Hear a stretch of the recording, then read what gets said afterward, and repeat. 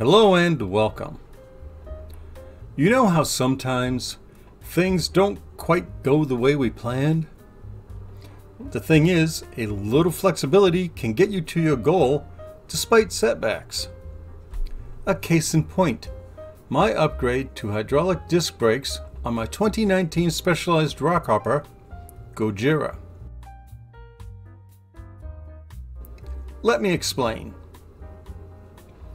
After riding with hydraulic brakes on my Polygon Siskiu, I realized how much better they were than the stock cable-operated discs on my Rockhopper.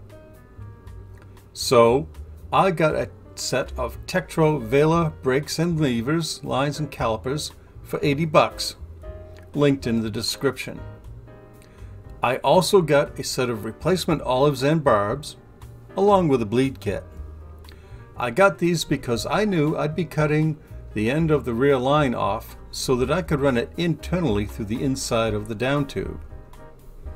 Now, the front brake was a cinch to install, since it was basically just take off the old setup and install the new one.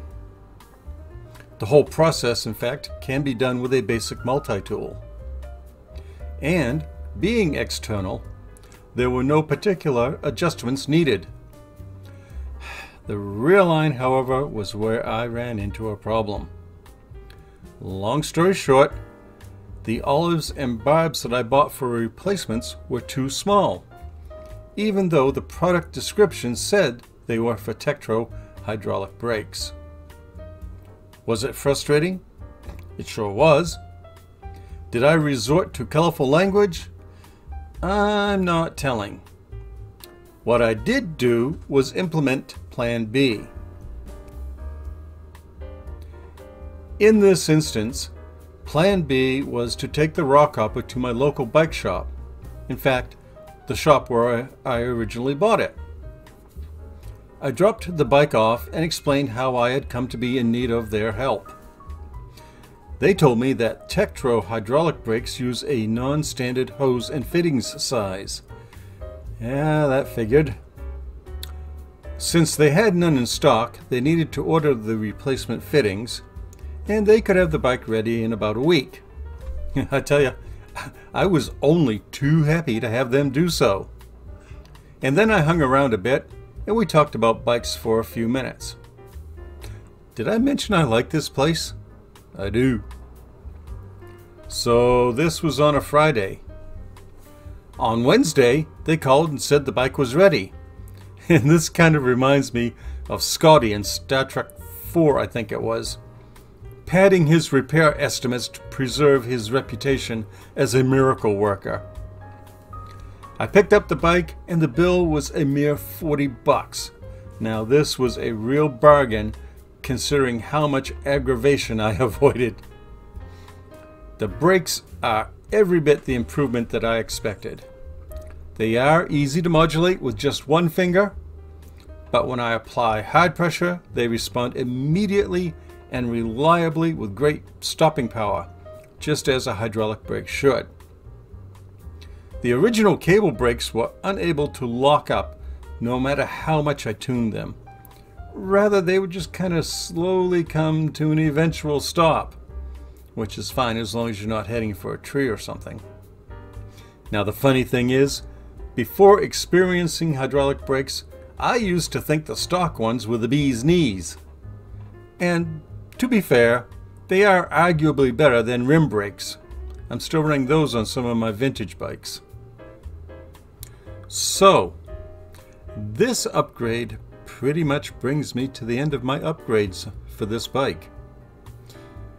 In the time that I have had it, I have upgraded it from the absolute entry-level model that it was to a bike that I honestly believe can hold its own against any similarly equipped sub-$1,500 hardtail. I mean, I've upgraded all the major systems now. It's got wider handlebar, shorter stem. It's got a dropper post.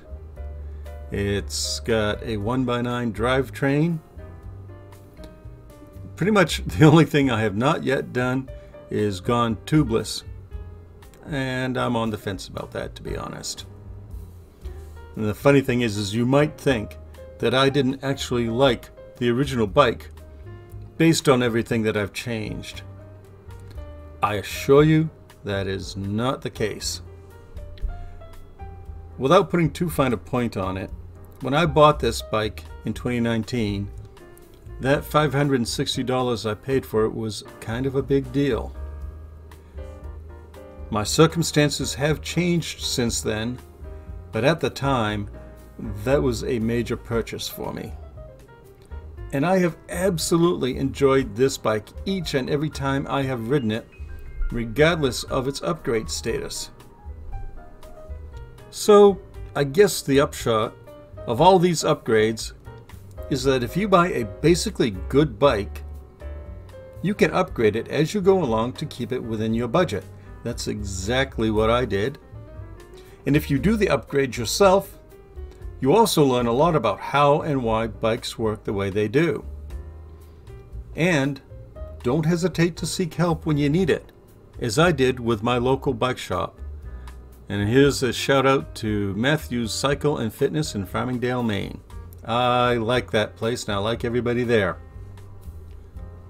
So if you enjoyed this video, there's a playlist linked below left for the Rockhopper. There's another video linked below right that I think you will enjoy. And as always, thanks so much for watching. I really do appreciate that. Goodbye and have a great day.